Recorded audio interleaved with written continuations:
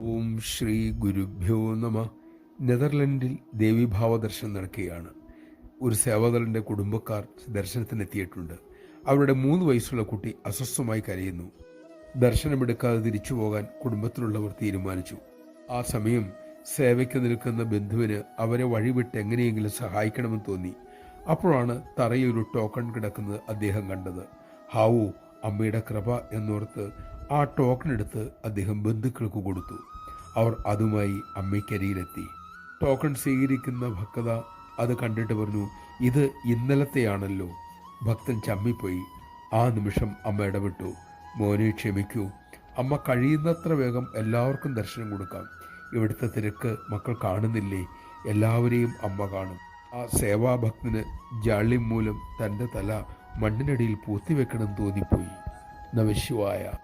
നിയമങ്ങൾ നമ്മുടെ തന്നെ സൗകര്യത്തിനും വളർച്ചയ്ക്കും വേണ്ടി അമ്മ ഏർപ്പെടുത്തിയതാണ്. അത് അനുസരിക്കാൻ നമുക്ക് സാധിക്കട്ടെ.